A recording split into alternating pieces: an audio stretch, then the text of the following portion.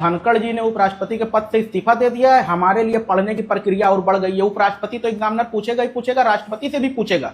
भाग 5 याद करना पड़ेगा संविधान का, आर्टिकल 52 याद करना पड़ेगा कि भारत का एक राष्ट्रपति होता है, आर्टिकल 61 याद पड़ेगा कि राष्ट्रपति पर महाभियोग लगता है, राष्ट्रपति पर महाभियोग अमेरिका से लिया गया, ये याद करना पड़ेगा। महाभियोग अर्ध न्यायिक प्रक्रिया होती है, ये याद करना पड़ेगा। उसके बाद आर्टिकल 72 क्षमादान की शक्ति याद करना पड़ेगा। उसके बाद आर्टिकल 123 अध्यादेश जारी करने की शक्ति याद करना पड़ेगा। उसके बाद आर्टिकल 143 राष्ट्रपति जो है उच्चतम न्यायालय से सलाह ले सकता है, लेकिन वो सलाह बाध्यकारी नहीं होगी, ये भी याद करना पड़ेगा। उसके साथ साथ 50 अनुमोदक होना चाहिए, 50 प्रस्तावक होने चाहिए। उसके साथ साथ निर्वाचन मंडल में संसद के दोनों सदनों के निर्वाचित सदस्य, विधानसभाओं के निर्वाचित सदस्य, और इसके साथ साथ केंद्र शासित राज्यों के नहीं, दिल्ली और पुदुचेरी इनके निर्वाचित सदस्य विधानसभाओं के, ये लोग निर्वाचक मंडल में रहेंगे, ये याद करना पड़ेगा। उसके साथ साथ ये याद करना पड़ेगा कि उपराष्ट्रपति को अपना इस्तीफा सौंप सकता है। उसके साथ साथ ये याद करना पड़ेगा कि भाई साहब 5 साल का इनका कार्यकाल होता है। उसके साथ साथ ये याद करना पड़ेगा कि अभी 15वें नंबर की जो राष्ट्रपति हैं वो द्रौपदी मुर्मू जी हैं, और सबसे युवा हैं और संथाल जनजाति की हैं।